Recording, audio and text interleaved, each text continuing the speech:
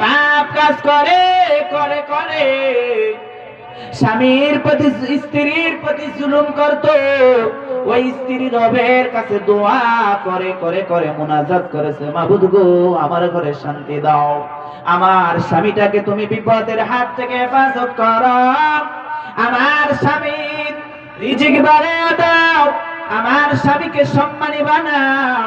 ওই নিষ্ঠুর স্বামী বাড়ির পাশে এসে জানালার পাশ দিয়ে স্ত্রীর কান্না মাখা মুনাজাত শুনে ওই স্বামী দাঁড়ায়া দাঁড়ায়া চোখের পানি পালাইতে শুরু করে দিয়েছে। সুবহানাল্লাহ। স্বামী বলতে শুরু করেছে, যেই নারীটাকে আমি প্রতিদিন অত্যাচার করি, আমার ওই প্রিয়তমা স্ত্রী আজ আমার জন্য কান্না করে দোয়া করতেছে। আহারে, আমি না জানি কত জুলুম করে ফেলেছি তার প্রতি, এটা তো আমার জন্য ঠিক হয় না, নিজেকে কখনো ক্ষমা করা যাবে না। সে কান্না করে।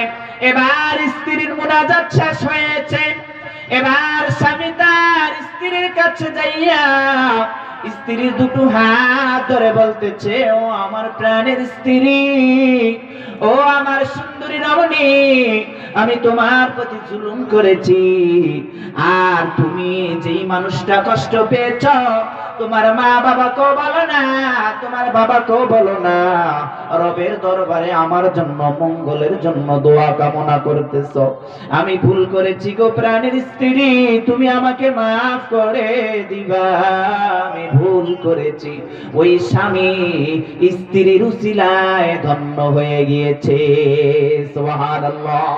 একজন নারী পারে তার স্বামী যদি হাজারো খারাপ হয়ে থাকে, আর স্ত্রী যদি তাকে কোরআন হাদিস দিয়ে প্রতিদিন বুঝাইতে থাকে, আল্লাহ রবের কাছে দোয়া করে, ওই স্বামী মুহূর্তের মধ্যে ভালো হয়ে যাবে। এজন্য মা বোনদেরকে বলবো, আপনারা আপনার স্বামীকে প্রাধান্য দিবেন, স্বামীর খেদমত করবেন। আর পুরুষদেরকে বলবো, আপনার স্ত্রী হলো আপনার হীরার টুকরা, এটাকে যত ভালোবাসবেন ততই আপনার ঘরের ভিতরে সুখ হবে।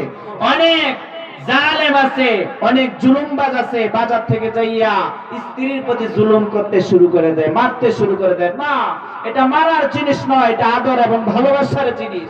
এজন্য পুরুষদেরকে বলবো, কখনো স্ত্রীদের প্রতি আঘাত করবে না।